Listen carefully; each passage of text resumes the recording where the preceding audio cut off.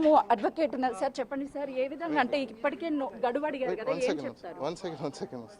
అదే చూస్తున్నాం కదా, అటు ఆర్జీవీకి సంబంధించినటువంటి లాయర్స్ కావచ్చు, వీళ్ళంతా ఒక్కొక్కరుగా ఇక్కడ చేరుకుంటున్నారు. ప్రస్తుతం తనతో మాట్లాడించే ప్రయత్నం చేద్దాం. చెప్పండి సార్, ఈ కేసుని ఎలా చూస్తారు? మేము ఇంకా మాట్లాడలేదు వాళ్ళతో, మాట్లాడిన తర్వాత చెప్తాను. వాళ్ళు బయటే ఉన్నారు. అసలు ఆర్జీవీ గారు ఎక్కడ ఉన్నారండి? చూస్తున్నాం కదా, వాళ్ళకి సంబంధించినటువంటి అడ్వకేట్స్ వీళ్ళంతా పోలీసులతో మాట్లాడడానికి ప్రస్తుతం వస్తున్నారు. అసలు పోలీసులతో ఏం మాట్లాడతారు ఏంటి అనేది చూద్దాం. అసలు పోలీసులు ఎందుకు వచ్చారు ఏంటి అనేదాన్ని వివరాలను అడిగి తెలుసుకుంటున్నారు. సీసీకి అండ్ ఎస్హెచ్ఓకి వెయిట్ అండి, ఒక నిమిషం మాట్లాడుతున్నాము. ఒక సెకండ్ ఆగండి. మా కాదు వాళ్ళకి పెట్టి కెమెరాలు వాళ్ళకి పెట్టండి. మేము ఆల్రెడీ నోటీస్ ఇచ్చిన దానికి రిప్లై ఇచ్చాము. దానికి ఇంతవరకు రెస్పాన్స్ లేదు. దానికి రెస్పాన్స్ కావాలంటే ఇండియాలో డిజిటల్ పోలీసింగ్ అనేది వచ్చింది. పర్సనే ప్రెజెన్స్ అవసరం లేదు. సో దానికి సంబంధించిన కోర్ట్ చేస్తూ మేము నిన్ననే ఈరోజు మార్నింగ్ కూడా స్పీడ్ పోస్ట్ కూడా పంపించాము. అలానే రిప్లైకి నోటీస్ కూడా పంపించాము. వాళ్ళ దగ్గర నుంచి రెస్పాన్స్ రావాలి, కానీ ఆ రెస్పాన్స్ ఇంకా మాకు రాలేదు. మేము వెయిట్ చేస్తున్నాం, కానీ పోలీసు వాళ్ళు ఇక్కడికి వచ్చినారు. వాళ్ళు సమాధానం చెప్పాలి. మాకు టైం కావాలి. అలానే ఫిజికల్గా ప్రెజెన్స్ అవసరం లేదు. ఇప్పుడు డిజిటల్ ఇండియా వచ్చింది కాబట్టి, డిజిటల్ పోలీసింగ్ కూడా వచ్చింది కాబట్టి ప్రెజెన్స్ అక్కర్లేదు. వర్చువల్ మోడ్లో మాకు ఇవ్వండి, మేము వర్చువల్లో మీకు ఇన్వెస్టిగేషన్కి కోఆపరేట్ చేస్తామని చెప్పాము. తర్వాత మళ్ళీ ఎక్స్టెన్షన్ టైం కూడా అడిగే అవకాశాలు ప్రతి ఒక్కరికి ఉంటాయి కాబట్టి మేము ఎక్స్టెన్షన్ టైం కూడా అడిగాము. ఇది ప్రీ షెడ్యూల్, ఆయనకున్న ప్రాజెక్టుల రీత్యా మేము ఆయన షెడ్యూల్స్ చూసుకొని మేము టైమింగ్స్ అడగడం అనేది జరిగింది. నిన్న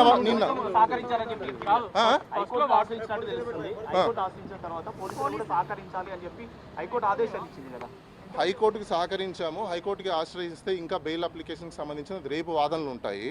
క్వాష్ పిటిషన్ కూడా మేము ఫైల్ చేసాము. అది కూడా హీరింగ్కి వస్తుంది. క్వాష్ కొట్టేలేదు, అదే మీకు చాలా మంది తెలియదండి. క్వాష్ కొట్టలేదు. క్వాష్కి ఇన్స్ట్రక్షన్స్కి నోటీస్కి పంపించింది. వాళ్ళ సైడ్ నుంచి కౌంటర్లు దాఖలా చేయాలి. దాన్ని కొట్టేయడం అన్నారు. దాన్ని కౌంటర్స్ వేసిన తర్వాత ఫైనల్గా హీరింగ్ చేసి అసలు ఈ కేసు నిలబడతాదా లేదా అని చెప్పి తర్వాత చెప్తారు.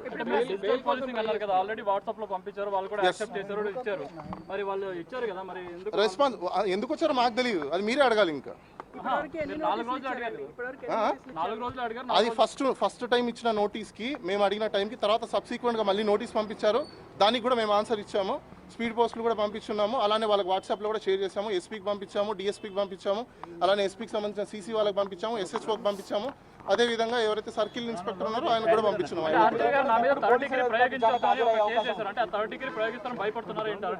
ఒకటి థర్డ్ డిగ్రీ ఎవరు ప్రయోగించినా వాళ్ళ మీద కూడా క్రిమినల్ ప్రాసిక్యూషన్ అవుతుంది. అందులో చూసి ఆర్జీవీ గారు భయపడేంత సినిమా లేదు. ఎవరు కూడా ఈ రోజు పోలీసు వాళ్ళు వీఐపీ స్టేటస్లో ఉన్న వ్యక్తిని తీసుకెళ్లి థర్డ్ డిగ్రీ ప్రయోగిస్తే ఎవరు కూడా చూస్తూ ఊరుకోరు.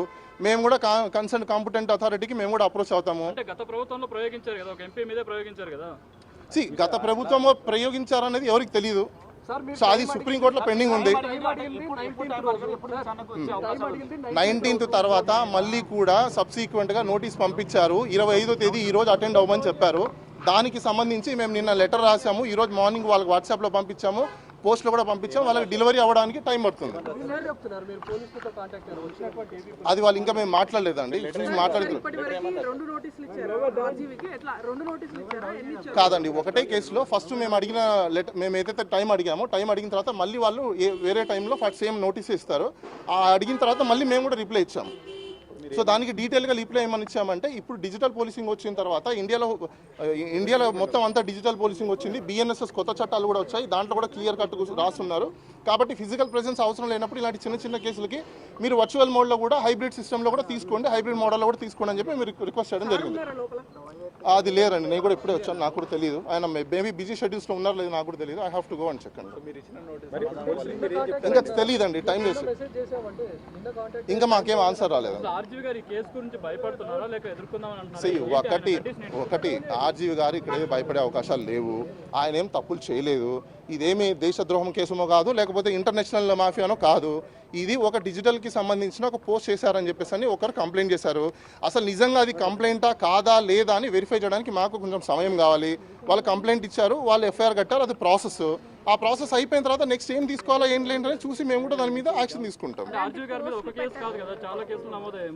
ఒకటి ఇప్పుడు సుప్రీంకోర్టు ఇచ్చిన గైడ్లైన్స్ ప్రకారం ఏ వ్యక్తి అయినా పోలీస్ స్టేషన్కి వెళ్తే అది కంప్లైంట్ ఇచ్చారంటే ఎఫ్ఐఆర్ కట్టడం అనేది వాళ్ళ రెస్పాన్సిబిలిటీ కాబట్టి పోలీసు వాళ్ళు కట్టారు. తర్వాత వాళ్ళు మాకు నోటీస్ ఇచ్చారు, నోటీసుల ప్రకారం మేము కూడా ఫాలో అవుతాం. రూల్ ఆఫ్ లా ఏదైతే ఉందో దాన్ని కంటిన్యూ చేస్తాము. Anything else? Okay, right.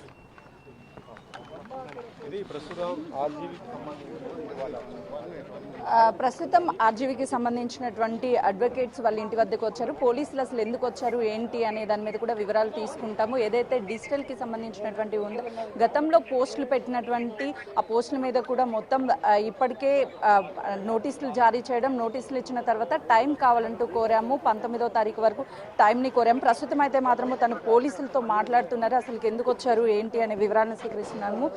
చూస్తున్నాం కదా విజువల్స్లో వాళ్ళకి సంబంధించినటువంటి అడ్వకేట్ ఎవరైతే ఉన్నారో డీటెయిల్స్ని అడుగుతున్నారు. మేము ఆల్రెడీ ఈ కేసుకి సంబంధించినటువంటి నోటీస్ పీరియడ్ని అడిగాము, టైం కావాలని కోరాము అని చెప్పి చెప్తున్నారు. కానీ పోలీసులు ఎందుకు వచ్చారు ఏంటి అనే దాని మీద వాళ్ళకు కూడా చెప్పడం లేదంటున్నారు. మరోవైపు ఆర్జీవీ ఉన్నారా లేదా అనే దాని మీద కూడా పోలీసులు వివరాలు సేకరిస్తున్నటువంటి పరిస్థితి ఉంది. వీళ్ళు కేసుకి సంబంధించి ముందుగానే మేము 19th రమ్మని చెప్పినప్పుడు నోటీసులు ఇచ్చినప్పుడు మేము హాజరవ్వడం లేదు అని చెప్పేసి గడువు కోరాము. ఆ తర్వాత నిన్న మేము